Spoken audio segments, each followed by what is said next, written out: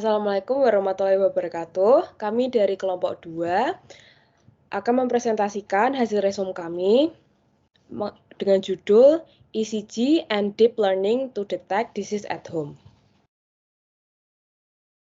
Adapun anggota kelompok kami yaitu Elizabeth Jessica dengan NIM 041, Saskia Purpasari dengan NIM 033, Santika Juti dengan NIM 079, Nimas Maharani dengan NIM 123, Lulu Karisma dengan NIM 009, Asa Erina dengan NIM 067, Widya Anggraini dengan NIM 015, Nala Karima dengan NIM 039, dan Rianti Nurhalisa dengan NIM. Adapun sebagai pengantar, Medical AI fokus pada teknologi AI untuk menganalisis biosinyal, terutama ECG. Biosinyal sendiri dapat digunakan untuk mengevaluasi kondisi pasien seperti suhu tubuh, saturasi oksigen, tekanan darah, EEG, dan ECG. Informasi ini dapat digunakan untuk mengevaluasi langkah medis, kemudian bisa mendiagnosa dan mengobati pasien. Biosinyal yang terpenting adalah elektrogram ECG. ECG merekam sinyal listrik di jantung, lalu akan didapatkan informasi tentang jantung, elektrolit, ketidakseimbangan, dan gangguan mood. Tes ini yang umum digunakan untuk mendeteksi masalah jantung dengan cepat dan memantau status kesehatan, karena dapat diukur hanya dengan menyentuh kulit dengan 2 atau lebih elektroda, maka dapat mudah diukur dalam kehidupan sehari-hari. Nah, ECG telah lama dikembangkan, terutama untuk diagnosis aritmia dan myocardial infarctions. Namun, ada keterbatasan metode analisis yang berdasarkan metode credit card statistika, karena ketinggian elektrokardiogram selalu berubah, sehingga sulit untuk membaca sinyal ECG yang mencerminkan berbagai karakteristik manusia.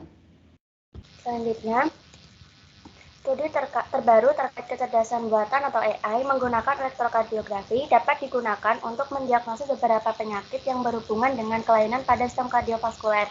Di antaranya, disfungsi sistolik bilik kiri jantung, gagal jantung, stenosis katup aorta, yaitu gangguan pada pembukaan katup aorta jantung yang tidak terbuka secara penuh atau menyempit, sehingga membuat aliran darah dari jantung tidak lancar.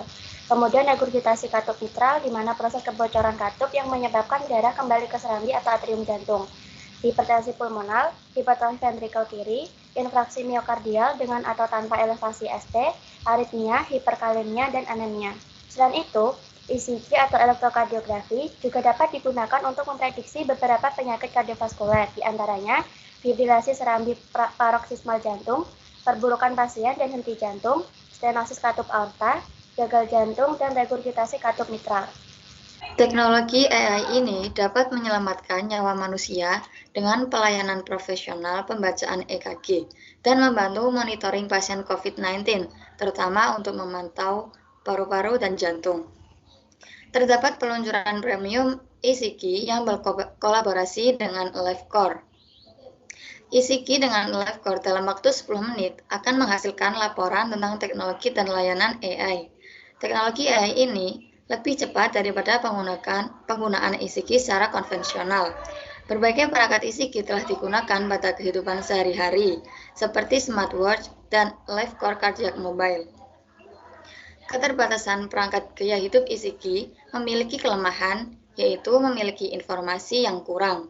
Namun dengan menggunakan AI teknologi ini dapat membantu diagnosa dan memprediksi apabila ada penyakit yang serius dengan hanya menggunakan perangkat daily life ECG.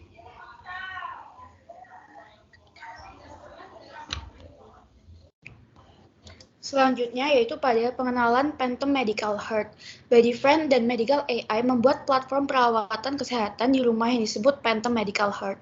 Phantom Medical Heart ini adalah kursi pijat yang mengukur elektrokardiogram atau EKG 6 saluran. Sinyal EKG dianalisis oleh aplikasi yang diterapkan pada perangkat seluler melalui komunikasi nirkabel. Bekerjasama dengan Medical AI, sebuah perusahaan analisis AI biosinyal untuk mengembangkan berbagai AI berdasarkan pembelajaran mendalam untuk mendeteksi dan memprediksi penyakit. Phantom Medical Heart model AI pertama yang dilengkapi dengan model AITA yang dapat merespon berbagai sistem EKG, akan memungkinkan pengguna merasakan layanan canggih dengan nyaman di rumah.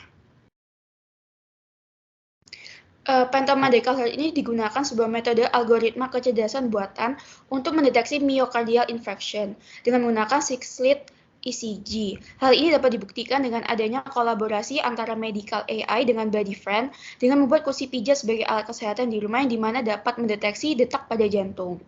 Medical AI ini juga telah mengembangkan dan memvalidasi pada 12 lead ECG dari penggunaan jam tangan dan mendeteksi gagal jantung.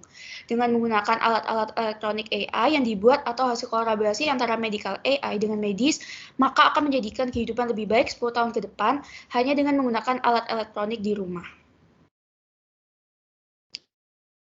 Serta dapat meningkatkan kesejahteraan hingga 10 tahun ke depan. Lalu ada AI Research for ECG from the technical perspective. Yang pertama ada Cutting Edge Research Environment. Perusahaan medical ini menggunakan DGX A100 sebagai hardware yang merupakan akselerator tercanggih di dunia untuk mengembangkan MR modelnya. Lalu medical juga berkonfigurasi dengan estate Mellanox InfiniBand untuk node DGX dan berencana akan menambah 20 DGX di musim panas 2022 ini. Medical juga menggunakan DDN AI 400X yang sangat kompatibel dengan software DGX. Medical mengkonfigurasi semua sistem network dengan redundansi seperti ISP, firewall, dan switch untuk ketersediaan tinggi dan penyediaan customer service yang stabil, dan untuk kestabilan server management, Medical menggunakan UPS dan thermohygrostat.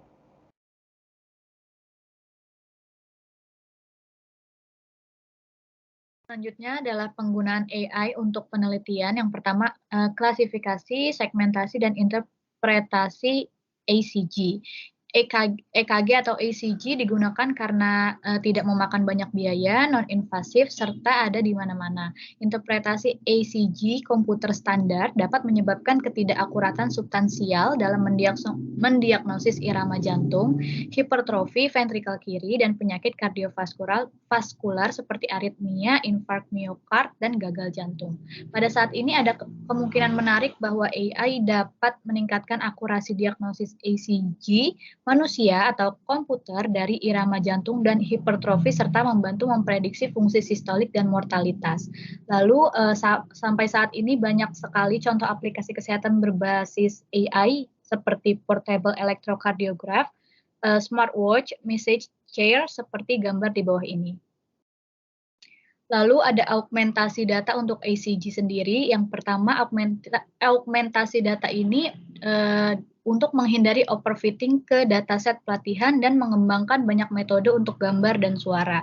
Lalu augmentasi data khusus untuk ECG adalah 18 metode dan dilakukan identifikasi untuk kombinasi terbaik dengan peningkatan kinerja klasifikasi. Untuk generasi ECG, yang pertama, perangkat yang dapat digunakan adalah 1-6 leads, namun 1-6 leads ini tidak cukup untuk mendiagnosis kondisi jantung yang kompleks secara akurat. Yang kedua ada ECG-T2T, elektrokardiogram sintesis dari 2 asynchronous leads, 10 leads, yang berfungsi untuk mensintesis ECG 12 leads. Jadi ECG 12 leads ini merupakan representasi dari aktivitas listrik jantung yang direkam dari elektroda pada permukaan tubuh.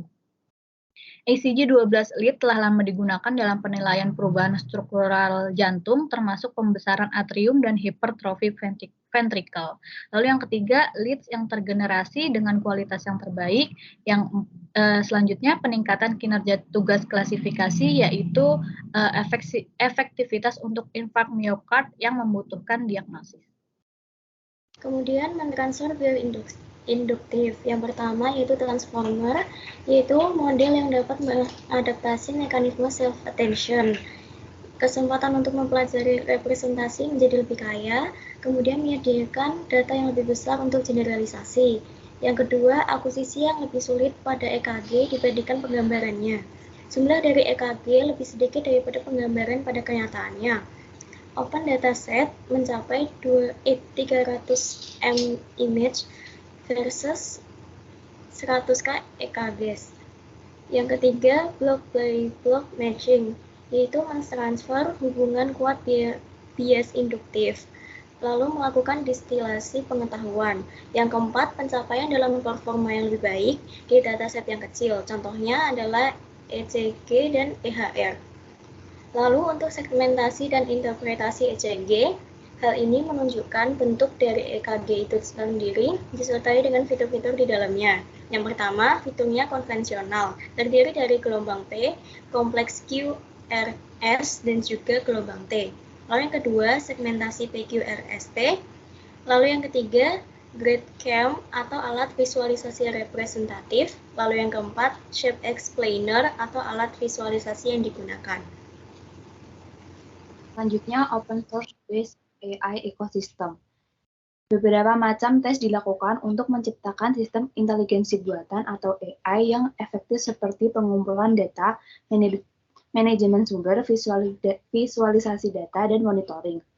Ekosistem yang diproses oleh inteligensi buatan medis meliputi operasi atau pengerjaan, pengumpulan data, labeling, eksperimen, dan penelitian.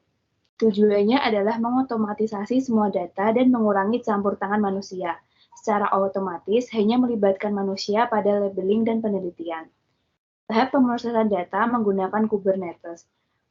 Pemrosesan data meliputi pengumpulan, verifikasi, dan visualisasi data. Implementasi pemrosesan data menggunakan Python dan Jupyter.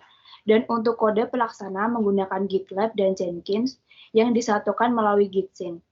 Airflow digunakan untuk mempelajari seluruh tahap pemrosesan data, termasuk pembersihan data dan pembaruan data, serta mesin pencari atau search engine. Visualisasi data menggunakan Kibana dan Elasticsearch untuk mencari dan menampilkan data. Hasil data yang sudah diproses keluar dalam bentuk data mentah, data yang sudah diproses, dan data label menggunakan Lustre. MLOps atau operasi pembelajaran mesin dapat menyelesaikan semua tugas atau pekerjaan seperti training order, serving, dan pemantauan sumber daya. Sistem monitoring menggunakan Prometheus. Grafana berfungsi untuk menunjukkan grafik MLOps untuk keselamatan dan memperingatkan server untuk mengirim semua peringatan ke Messenger dan email.